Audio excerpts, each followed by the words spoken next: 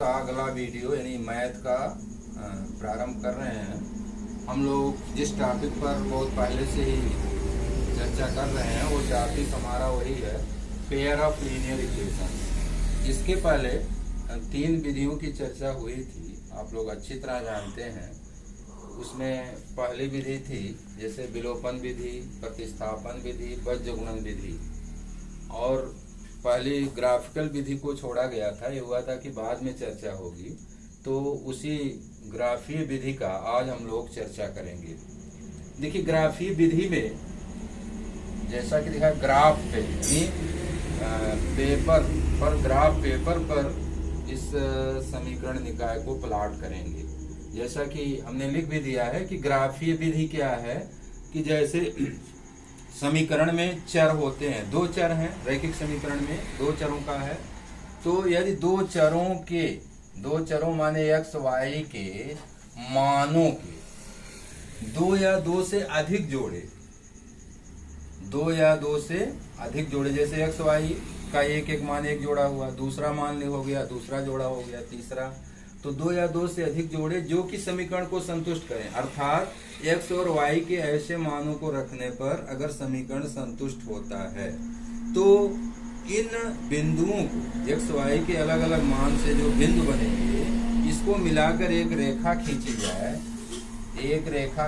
जाए तो यह रेखा दिए गए समीकरण की ग्राफ हो। इस तरह आप दो समीकरणों का दो रेखा खींच सकते हैं।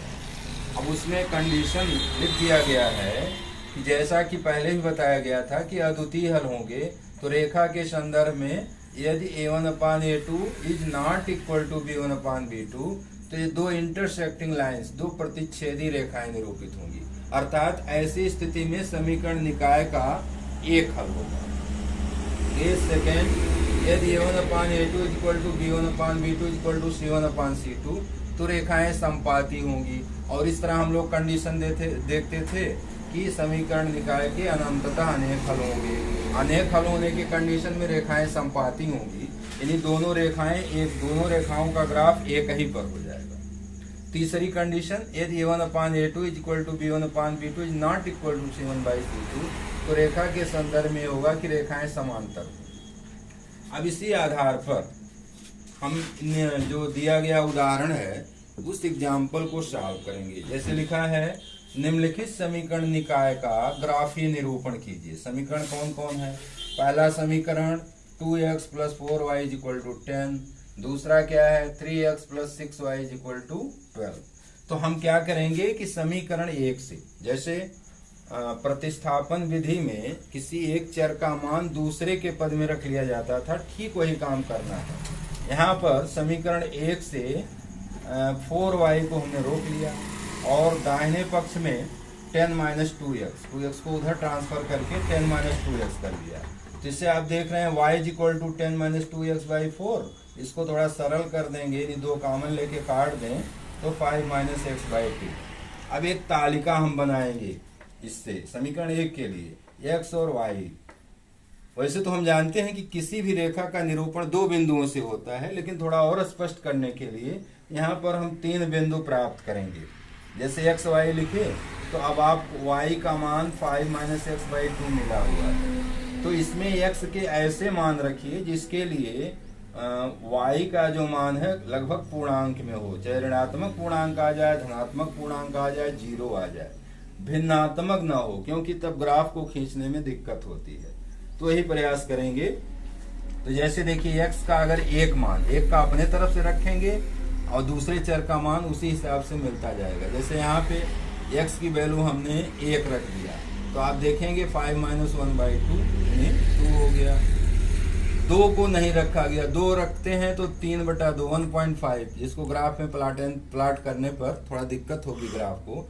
तो इस नाते प्रयास ये करते हैं कि चाहे धनात्मक पूर्णांक प्राप्त हो, ऋणात्मक पूर्णांक हो या जीरो मिले, ऐसे मान को चूज करना चाहिए। तो 3 रखने पर 1, और अगर हम 5 रख दिए तो 5 - 5 0।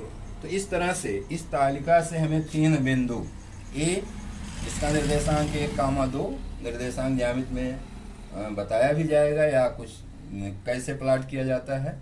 तो 1, 2, B 3, 1 और 5,0। इसी प्रकार अगले समीकरण से भी हम प्राप्त करेंगे y = 12 - 3x/6, 3 कॉमन ले लिया, 4 - x/6 काटने पर 4 - x/2। फिर वही काम, x और y की तालिका बनाएंगे, x की वैल्यू 2 रख दिया, y का मान 1 प्राप्त हुआ, x की वैल्यू 0 रख दिया, 2 प्राप्त हुआ, 4 रख दिए, 0 प्राप्त हुआ। मैं सिंप्लिसिटी सुविधा के लिए हम भिन्नात्मक पॉइंट को नहीं लेंगे, एक ऐसे मान को रखें ताकि अगले चर का मान या तो 0 मिले या धनात्मक ऋणात्मक पूर्णांक। तो इससे भी आपके 3 बिंदु प्राप्त हुए, D, E, F। D 2,1, F 0,2, E 0,2, F 4,0। अब प्लॉट करने के लिए x एक्सिस y एक्सिस दोनों जहाँ इंटरसेक्ट करते हैं 0 है। अब ग्राफ पेपर रहेगा तो आप सुविधा के अनुसार चाहे 2 पतले पॉइंट को जैसा भी हो, बड़ा छोटा पॉइंट करना हो उसी हिसाब से मानक मान लेंगे। तो यहाँ रफ में दिखाया गया है, जैसे 1 2 3 4 5 6, 1 2 3 4 5 6 y पे।